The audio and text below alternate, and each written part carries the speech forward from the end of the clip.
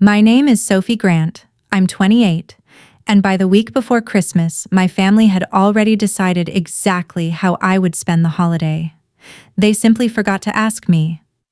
I was standing outside my parents' kitchen when I heard my mother discussing sleeping arrangements, dinner reservations, and the children's schedule as if she were managing a hotel. Then she said I could take the basement room because I would need to stay close to the little ones anyway.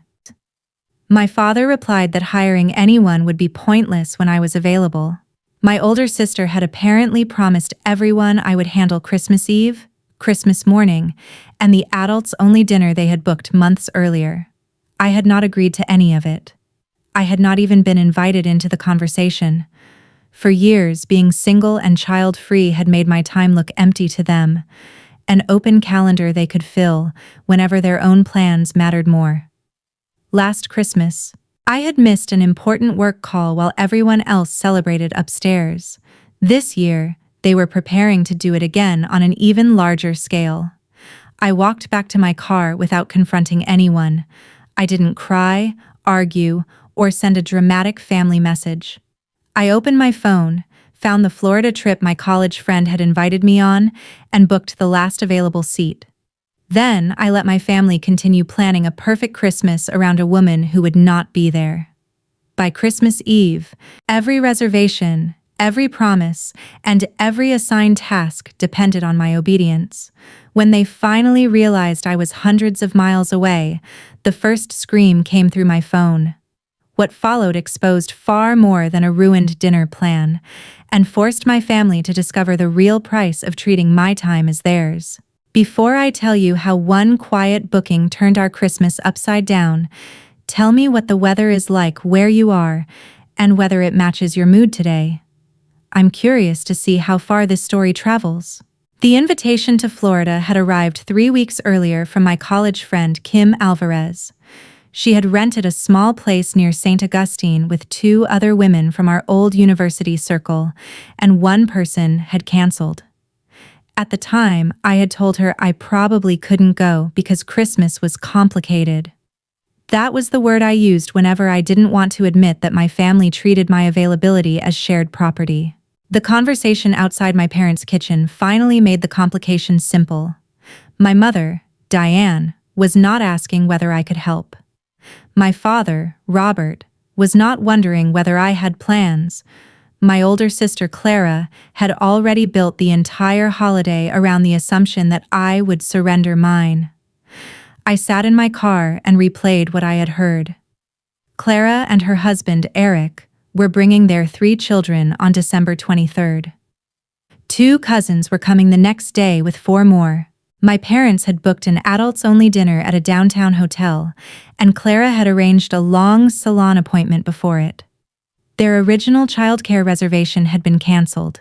According to my father, paying holiday rates would be ridiculous when Sophie could do it. The ease with which he said my name bothered me more than the plan itself. He sounded as though he were referring to a folding table stored in the garage, something useful, familiar, and already owned. I wish I could say this was the first time. The previous Christmas, Clara had handed me a list before I had taken off my coat. Snacks at 6, baths at 7:30. Keep everyone downstairs during the adults' gift exchange. I had laughed because I thought it was a joke. She had stared at me and said, "You knew we needed you." That night, while the rest of the family ate prime rib upstairs, I sat on the basement carpet with a paper plate that had gone cold. At 9, my manager called about a last-minute opening on a project team I had been trying to join for months. I missed the call because 2 children were arguing and another needed help finding pajamas. By the time I called back the next morning, the role had gone to someone else. Clara said I was being dramatic when I told her. My mother said work opportunities came and went, but family memories were permanent. The memory that stayed with me was not the noise or the cold dinner. It was hearing everyone laugh above me while realizing no one had noticed I was missing. In March, Clara asked me to watch the children for 1 urgent hour because Eric had a medical appointment. I moved a client meeting and drove across town. When I arrived, Eric was at work, perfectly healthy, and Clara walked out wearing a spa robe under her coat. She said she had been exhausted and deserved a break. When I objected, she reminded me that I had no one depending on me. In July, my parents invited me to a family barbecue, then asked me to supervise the pool before I had even put down my bag. In October, my mother volunteered me to help at Clara's school fundraiser without mentioning it until the organizer emailed me a schedule. Each event was small enough to excuse. Together, they formed a system. They protected one another's time by consuming mine. Sitting in the car, I asked myself a question I had avoided for years. If love always required me to disappear, what exactly were they loving? I called Kim. She answered on the second ring and said, "Please tell me you changed your mind." I asked whether the seat was still open. It was, but the fare would increase at midnight. I booked it before I could talk myself out of it. Kim asked whether I planned to tell my family. I looked through the windshield at my parents' glowing kitchen window. They had made weeks of plans involving me without one conversation. For once, I decided they could experience the same courtesy. I told Kim I would meet her at the airport on Christmas Eve. Then I took screenshots of the reservation, saved the confirmation email, and drove home. I felt guilty, but beneath the guilt was something steadier. It was not rage. It was the relief of finally refusing a role I had never accepted. Over the next 3 days, the family group chat became a record of everything they believed they were entitled to take from me. Clara posted a color-coded Christmas schedule that looked like a corporate retreat itinerary. Arrival times, meal assignments, gift exchange, family photographs, hotel dinner, morning brunch. Beside every block involving the children, she had typed my name. Sophie downstairs. One line read, "Sophie handles dinner and bedtime." Read another. Christmas morning included a 4-hour window labeled "Sophie with kids while adults rest." No one asked whether the schedule worked for me. My mother replied with 3 heart emojis. My father wrote, "Perfect. This will save us a fortune." I stared at those messages for a long time. Then I saved screenshots and said nothing. The old version of me would have corrected them immediately, then spent days negotiating down from 12 hours of childcare to 6, as if I were bargaining for a small portion of my own life. Silence felt uncomfortable, but it also exposed something useful. Without my resistance, they became more honest. Clara announced that she had canceled the backup sitter because we're covered. My mother said she had moved 2 folding beds into the basement so I could sleep near the children. When an aunt asked whether I might want the upstairs guest room, Clara replied, "Sophie won't care. She barely sleeps during holidays anyway." That sentence almost made me break my silence. Instead, I packed. Kim sent me a short list: swimsuit, comfortable shoes, 1 dinner outfit, sunscreen, and absolutely no guilt. I put the list beside my suitcase and added a folder containing my work notes. I had a professional certification exam in early January, and Florida would give me quiet mornings to prepare. That detail mattered. The trip was not merely an escape from my family, it was a choice in favor of the future they kept asking me to postpone. On Thursday, my father called while I was wrapping gifts. He did not ask when I was arriving. He asked whether my car had enough room to transport 2 extra booster seats. I told him I was busy and would call later. His answer was impatient. "This is why we send schedules, Sophie. Everyone needs to cooperate." I nearly laughed at the word everyone. Cooperation required consent. What they wanted was obedience with festive wrapping paper. After the call, I removed the gifts from the large family bag and repacked them into shipping boxes. I mailed each one directly to my parents' house. I included cards, but no note explaining my absence. I wanted there to be no claim that I had ruined Christmas for the children or withheld anything out of spite. My refusal had one target: the adults who had arranged their freedom by confiscating mine. Friday evening, Clara sent me a private message. "Mom says you've been weird. Don't start drama this year. We all need a relaxing holiday." The casual hypocrisy of it stunned me. Clara wanted relaxation so badly that she had assigned me almost 20 hours of unpaid work. I typed several answers and deleted them. Finally, I wrote, "You should confirm every part of your plan with the people involved." She responded with a laughing emoji. "You're involved. Your family." That message became the final lock on my decision. Saturday morning, I checked into my flight online. My hands shook when the boarding pass appeared. For a few seconds, I imagined calling my mother, explaining everything, and giving them enough time to repair their plans. Then, another message arrived from her. "Please wear something presentable when guests arrive. You can change into comfortable clothes once you take the kids downstairs." She had chosen my clothing for a job I had never accepted. I put my phone face down. The temptation to warn them was not kindness anymore. It was conditioning. They had trained me to protect them from the consequences of ignoring me. That afternoon, Kim called to confirm our meeting point at the airport. She heard the tension in my voice and asked whether I was afraid they would be angry. I said yes. She asked whether their anger meant I had done something wrong. I could not answer immediately.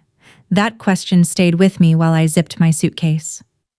On Sunday, the day before Christmas Eve, my mother left a voicemail reminding me to arrive by 10 in the morning and bring the patient attitude everyone loves about you. I listened twice. Not because it was sweet, but because it revealed the role they had written for me: patient, useful, quiet, and endlessly available. I saved the voicemail with the screenshots. Then I turned off location sharing on my phone, scheduled a car to the airport, and placed my suitcase beside the door.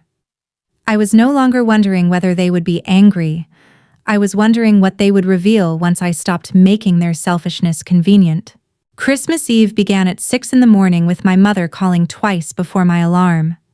I let both calls go to voicemail while I showered and dressed. Her first message was practical. Traffic would be heavy, so I should leave early. Her second was sharper.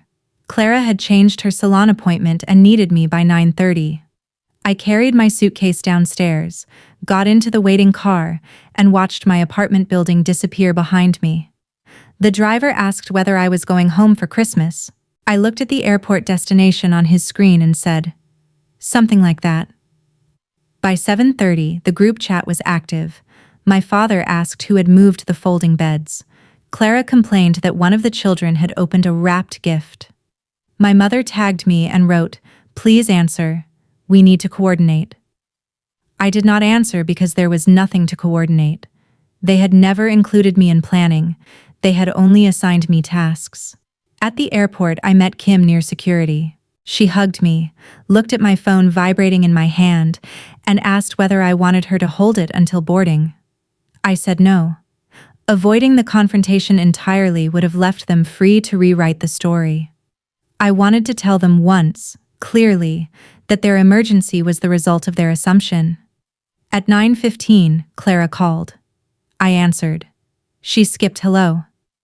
"Where are you? I need to leave in 15 minutes. I told her I was at the airport. There was a pause, then a short laugh. "Very funny. Which terminal are you picking Dad up from?" I said I was flying to Florida. Her voice changed instantly. She accused me of abandoning the family, ruining plans, and behaving like a teenager. I waited until she stopped for breath, then asked one question. "When did I agree to watch anyone?" She said everyone knew I always did it. I told her habit was not consent.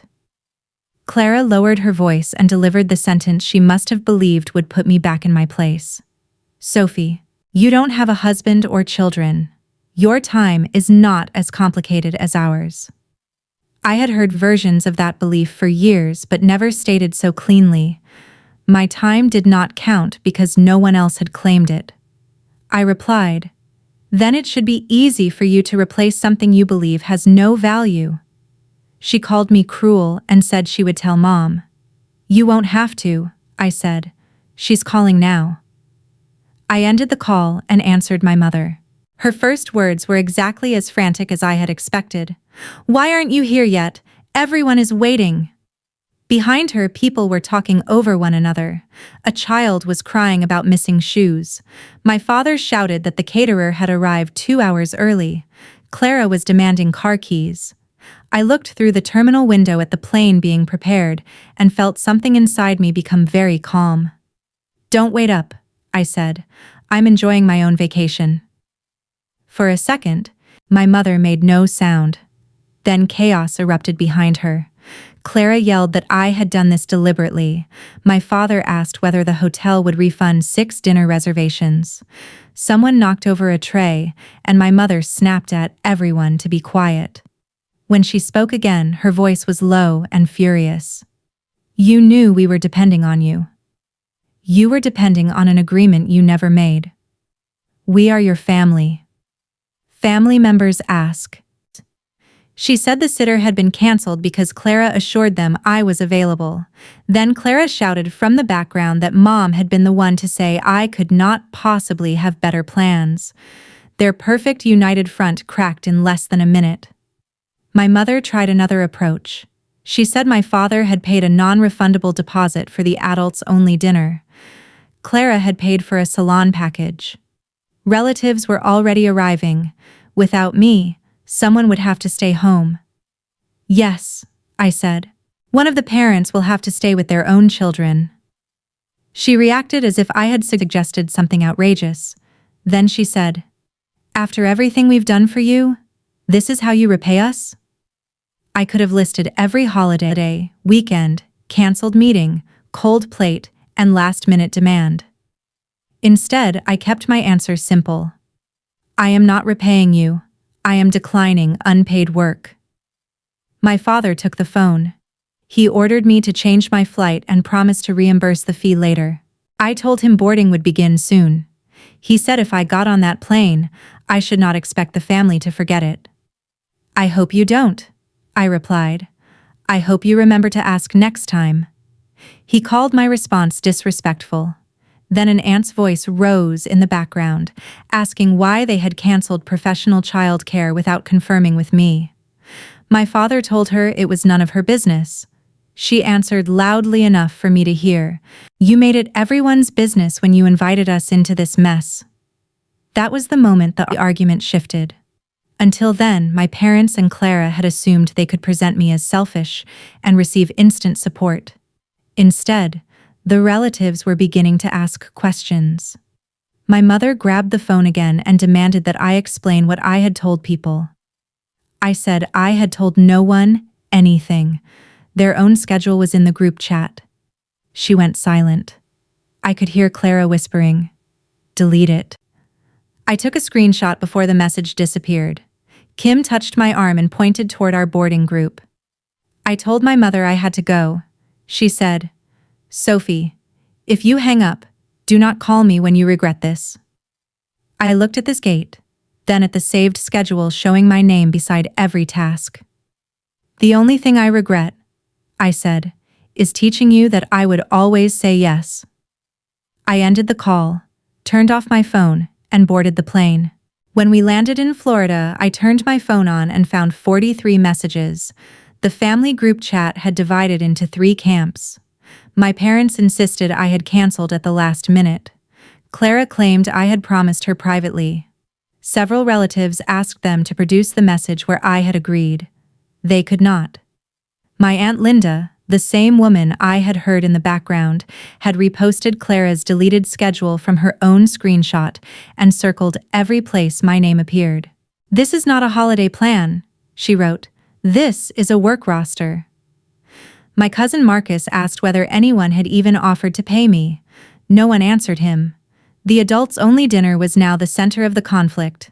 My father had booked a private room at an expensive hotel restaurant because he wanted to impress 2 relatives visiting from out of state. The deposit was non-refundable, and canceling on Christmas Eve meant losing the full amount. Clara refused to stay home because she had bought a new dress and arranged the evening months earlier.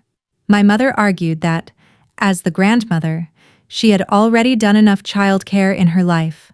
My father said he was hosting, and therefore could not miss dinner.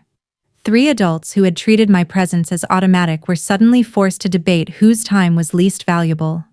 The irony was so exact that I did not need to add anything.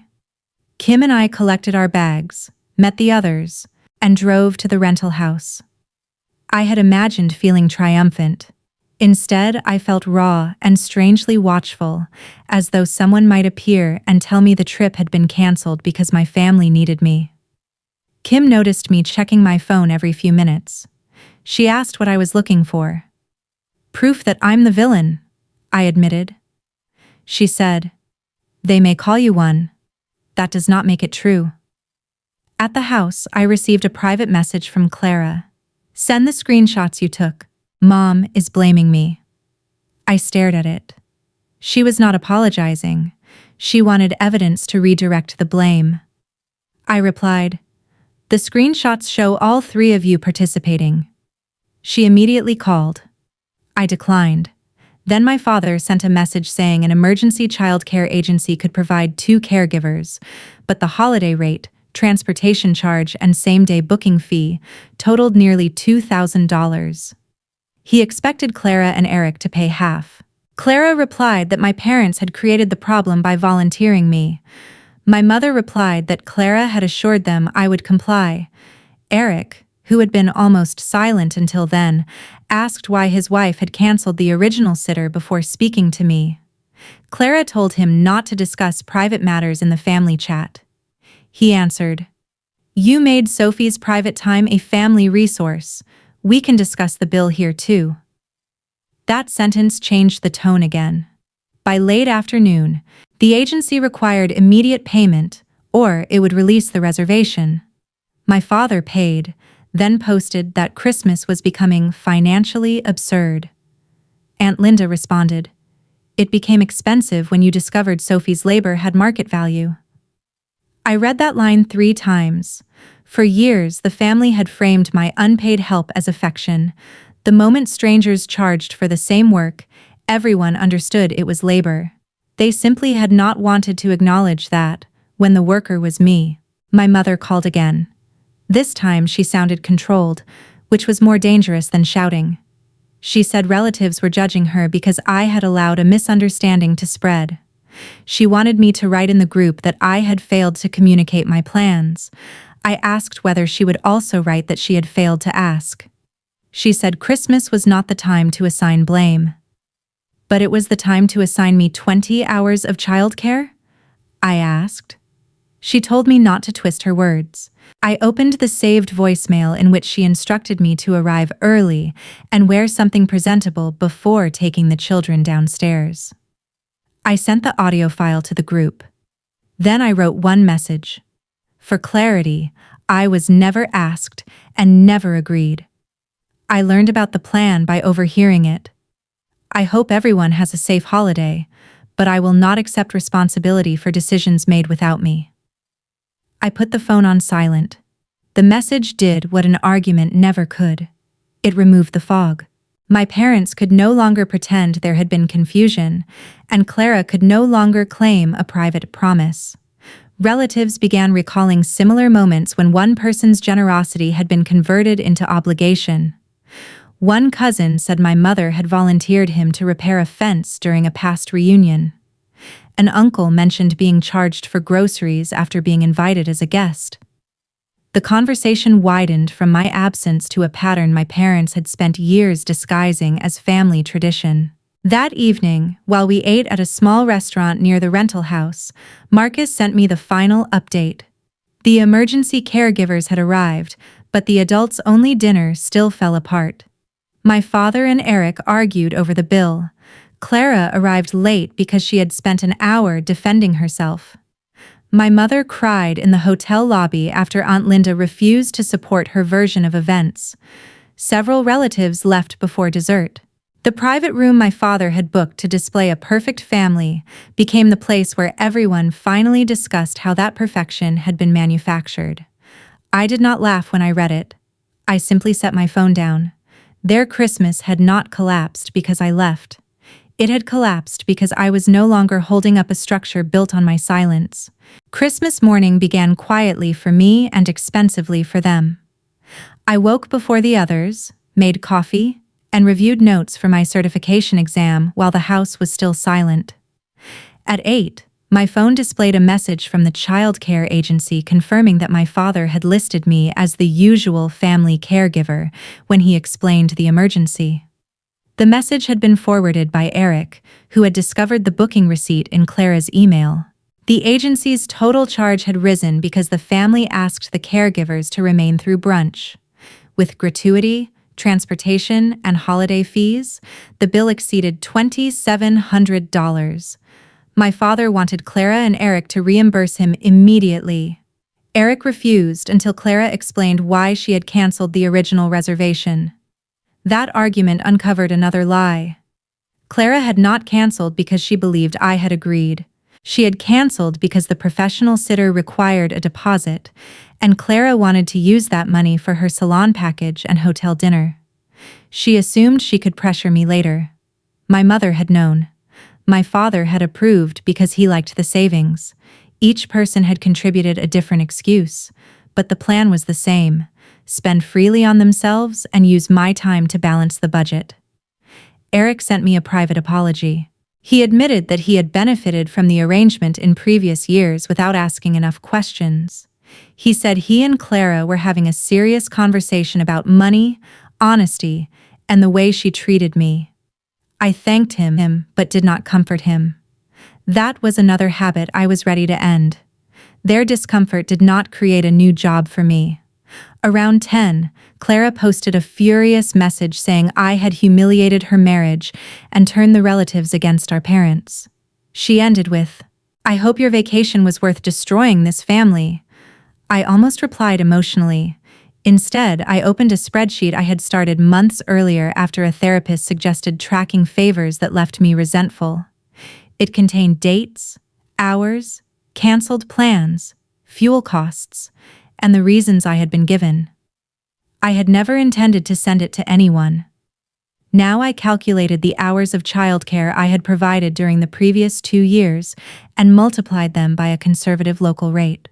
The total was $6,580, not including the work opportunity I had lost. I took a screenshot and sent it only to Clara, my mother, and my father. "This is the value of the labor you accepted without payment," I wrote. "I am not requesting reimbursement. I am showing you what you have been calling love." My father replied that families did not send invoices to one another. I said, "Then families should not build budgets around unpaid labor they never requested." My mother accused me of keeping score. She was right. I had started keeping score because they always expected me to lose. By noon, more consequences arrived. Aunt Linda announced that she would host the next Christmas gathering and that all childcare would be arranged in advance, paid for by the parents using it, and confirmed in writing. Several relatives supported her immediately. My mother had hosted Christmas for 14 years and treated the event as proof that she was the center of the family. Losing that role hurt her more than the agency bill. She called Linda ungrateful. Linda answered that hospitality was not hospitality when one guest was secretly made to work. My father then withdrew from the group chat, but not before accusing everyone of overreacting. Marcus forwarded a final exchange from the hotel. One visiting relative had asked why I was absent, and my mother had said I preferred beaches to family. Linda played the voicemail I had shared. The table went silent. My mother left before the meal ended. The image she had protected, generous hostess, devoted mother, perfect Christmas organizer, did not survive contact with her own words. I felt the old impulse to call and repair the damage. Then I asked myself, why was I responsible for protecting a reputation that depended on hiding how I was treated? I put the phone away. Kim and I spent the afternoon walking through a holiday market, then returned to the house for dinner. I did not need their celebration to fail completely. I needed the truth to remain visible long enough that they could not push me back into place. That night, my mother sent one final message. "We need to meet when you return. There will be consequences." I read it without fear. For the first time, consequences were not a threat reserved for me. They were already sitting at my parents' table, printed on a childcare receipt, repeated in the family chat, and reflected in every relative who now understood what their perfect holidays had cost me. I returned to Austin 4 days after Christmas with a completed study plan, a sunburn on one shoulder, and no intention of apologizing. My parents asked me to come to their house that evening. I agreed on one condition: Clara and Eric would be there, and no one would interrupt while I spoke. When I arrived, the folding beds were still stacked in the hallway. The house looked ordinary, but the room felt different. My father had the agency receipt on the table. My mother's eyes were swollen. Clara sat beside Eric with her arms crossed, and for once, she did not look confident that the family would automatically support her. My father began by saying my behavior had been immature. I placed printed copies of the group schedule, the deleted message, my mother's voicemail transcript, and Clara's private claim that my time mattered less on the table. "We can discuss my behavior," I said, after we agree on what happened. My mother tried to call it a misunderstanding. Clara blamed my mother for volunteering me. My father blamed Clara for canceling the sitter. I let them speak until the accusations circled back to me. Then I said the difference between them was not innocence. It was who expected to avoid the bill. I told them my boundaries. They would never volunteer my time again. Any request for help had to be made directly, with reasonable notice, and no would be accepted without punishment. I would not sleep in basements to remain near the children. I would not miss work, exams, trips, or rest, because another adult had planned around my compliance. Most importantly, they would correct the story with the entire family. My mother objected immediately. She said she had already been embarrassed enough. "Embarrassment is not the same as accountability," I replied. Clara said I was enjoying this. I told her I had enjoyed Florida. This meeting was simply the price of having a relationship with me. Eric asked what correction I wanted. I handed them a short statement. Sophie was never asked to provide childcare and never agreed. We made plans based on an assumption, canceled paid help, and blamed her when our plan failed. That was wrong. My father refused to send it. I stood and picked up my coat. My mother panicked when she realized I was willing to leave without another argument. She asked whether I was cutting them off. I said their next choice would answer that question. For several seconds, no one moved. Then Eric took out his phone and sent the statement from his account, adding that he had benefited from the assumption and apologized. Clara stared at him, furious, but the message was already delivered. Aunt Linda replied with a single sentence: "Thank you for finally telling the truth." My mother sent the statement 10 minutes later.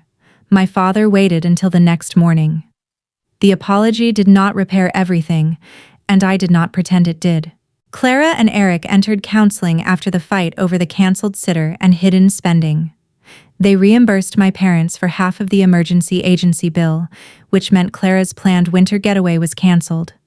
My father paid the remaining half and lost the hotel deposit.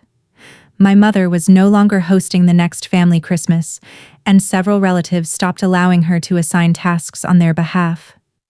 These were not punishments I created. They were costs that had always existed, finally returned to the people who incurred them. Clara did not speak to me for nearly 2 months. When she eventually called, she did not begin with an apology. She asked whether I understood how difficult parenting was. I told her I did, which was exactly why she should respect the time of anyone she asked to help. She went quiet, then admitted she had assumed I would always give in because I always had. That was the closest she came to honesty. I told her I was open to rebuilding our relationship, but not the old arrangement. The next time she asked me to babysit, she did it 3 weeks in advance, offered to pay, and accepted my refusal without complaint. My parents changed more slowly. My mother still used phrases like, "after everything we have done," but they no longer moved me. My father became careful about group schedules. He had learned that writing someone's name in a box did not create consent. In January, I passed my certification exam. The qualification helped me earn the project role I had missed the previous year, along with the raise that covered the entire Florida trip several times over. Kim sent me a message saying the vacation had been the best last-minute decision we had ever made. She was wrong about one part. It had not been last minute. It had been years overdue. People sometimes call what I did revenge, and perhaps it was. I did not sabotage dinner, expose a secret, or invent a punishment. I simply removed the free labor that allowed everyone else to avoid the consequences of their choices. The chaos behind my mother's voice on Christmas Eve was not something I created. It was the sound of entitlement discovering its real price. For years, my family had confused my patience with permission. That Christmas, I gave them the one gift they had never expected from me, a boundary they could not return. We appreciate you staying with us through this story. This video is completely fictional and created only for educational entertainment and reflection. We hope to remind you that not everyone deserves the change explained after they ignored every chance to care. Sometimes this explanation comes too late and your peace becomes more important than reopening the conversation.